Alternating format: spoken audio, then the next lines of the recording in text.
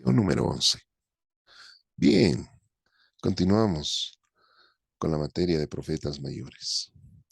Veamos algunos retos de interpretación en cuanto a los libros proféticos. Una de las preguntas que viene a la mente es, ¿realmente existe el libro de Baruch? El correcto entendimiento del concepto voz profética. ¿Cuál es la correcta aplicación de las alusiones al Mesías? ¿Las promesas del nuevo pacto incluyen a gentiles? ¿Se puede pedir que Dios venga a su pueblo? Son algunos de los elementos que nos desafían al momento de hacer una exégesis correcta de los libros proféticos. En relación a Baruch,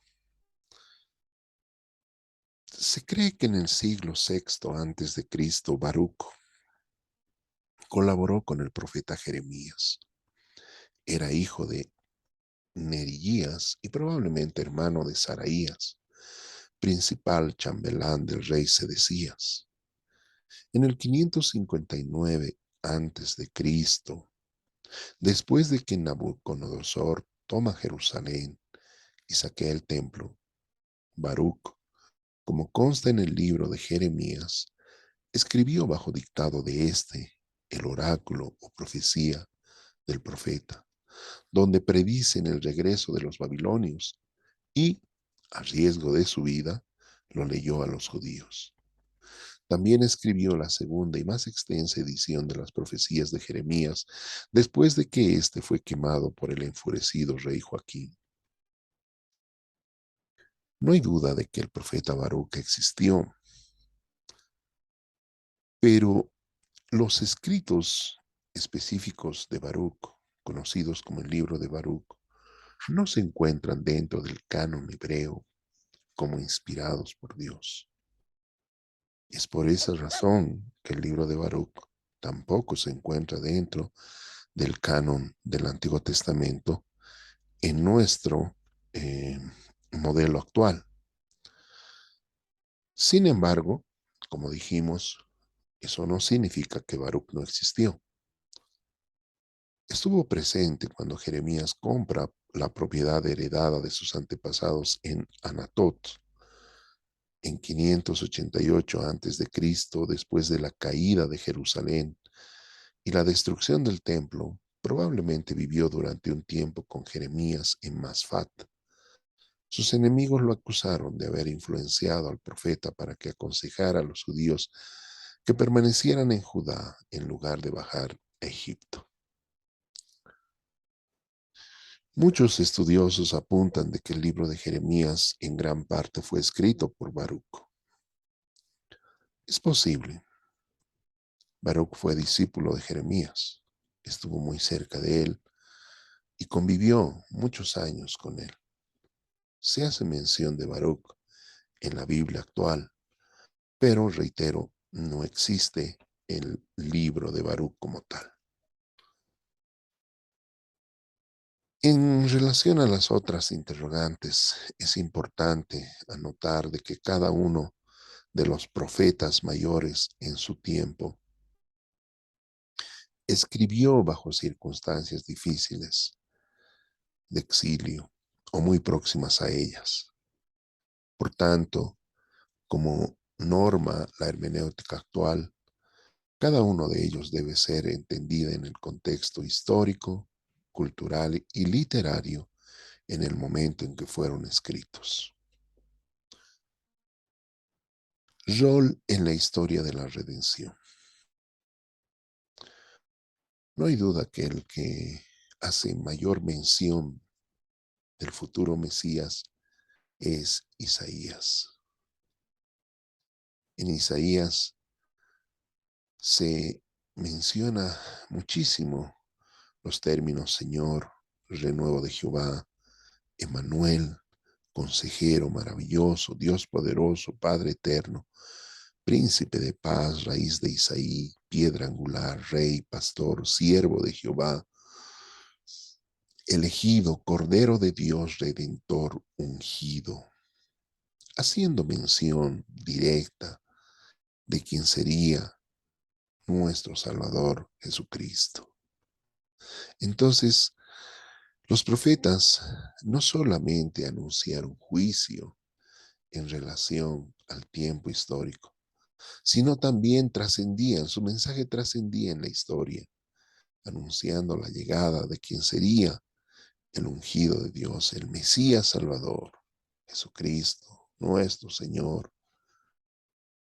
Cada uno de los profetas, desde su propia perspectiva, anunció la llegada de este ser particular, divino. Los profetas entonces alientan la santidad. La santidad es la separación del pecado. Cada uno de ellos hace mención profunda de que el pueblo debe consagrarse. Y esas palabras que muchos años después fueron mencionadas por Pablo en el sentido de que sin santidad nadie vería a Dios, era el mismo mensaje que planteaban estos cuatro hombres. La venida de Cristo no llegaría sin consecuencias y tampoco volverá sin las mismas. Nos conviene estar preparados para su aparición. Si los profetas del Antiguo Testamento enseñan algo sobre el uso de la profecía, es que la profecía es un motivo de arrepentimiento y pureza.